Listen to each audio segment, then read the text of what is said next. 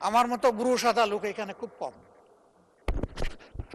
তো এই দিক থেকে অনুরোধ করছি যে আসেন ওই ঠেলা ধাক্কার রাজনীতি এখানে বাদ দিই। এই জায়গায় আমরা সিনসিয়ার টক করি, পরস্পরকে রেসপেক্ট করি। আমরা যদি মিউচুয়াল রেসপেক্টটা শো করতে পারি, পুরা হাউস রেসপেক্টেড হবে। আমরা ওই জায়গাটায় যেতে চাই। উস্কানি আমাদেরকে দেয় অনেকে, এই গরম কাণ্ড ঘটান, ওইটা ঘটান, ওইটা ঘটান, আপনারা কি বিরোধী দল হইলেন? তাই আমি বলি যে ভাই, আমার তো যোগ্যতার পুঁজি এতটুকুই, আপনার পুঁজি দিয়ে যদি একটু সাহায্য করতেন।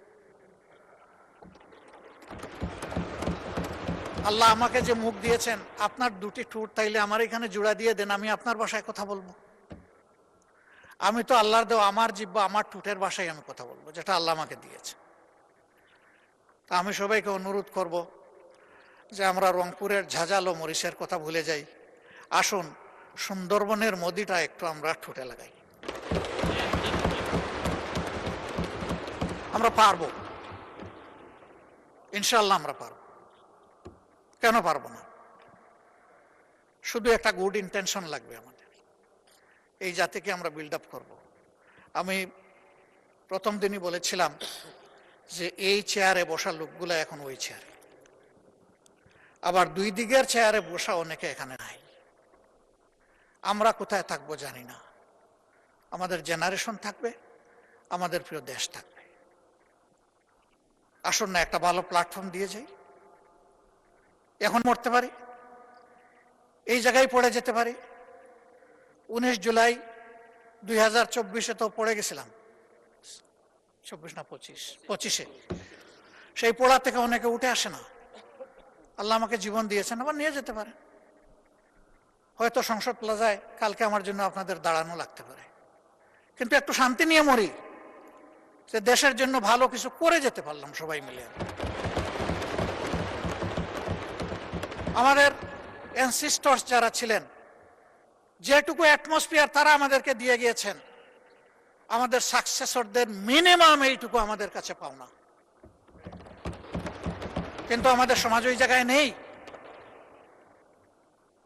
আমরা আমাদের বেজ লাইনে আগে যাই, তারপরে ইনশাল্লাহ হিমালয়ের চূড়ায় আমরা আস্তে আস্তে উঠবো। আমরা পারবো ইনশাল্লাহ, না পারার কোনো কারণ নেই। আমি স্পেসিফিক্যালি আমার কিছু। জি মাননীয় নেতা, আপনার বক্তব্য কন্টিনিউ করেন, সময় আরো বাড়িয়ে দেন 3 মিনিট দয়া করে। Thank you so much. আমি সরি, সময়ের দিকে খেয়াল করতে পারি না, এই জন্য আপনার কাছে মাপ চাচ্ছি। আমরা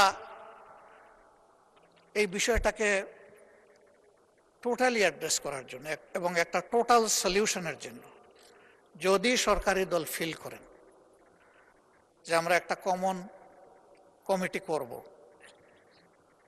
আমরা সাড়া দেব ইনশাআল্লাহ।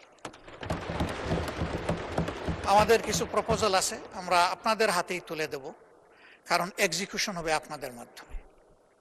আমরা শুধু পরামর্শ দিয়ে সহযোগিতা করতে পারব, বাস্তবায়নটা করতে হবে সরকারকেই।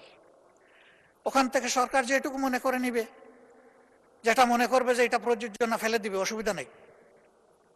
সেই ওপেন হার্ট নিয়ে আমরা বসতে চাই। এরকম কোনো শর্ত নেই যে যা পরামর্শ দিব তাই মানতে হবে।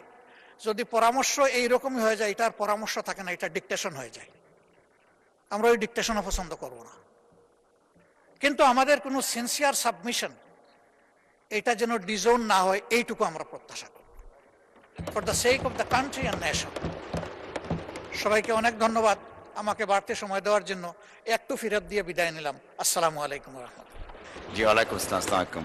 ধন্যবাদ মাননীয় বিরোধী দলীয় নেতা। আলোচনায় অংশগ্রহণ করবেন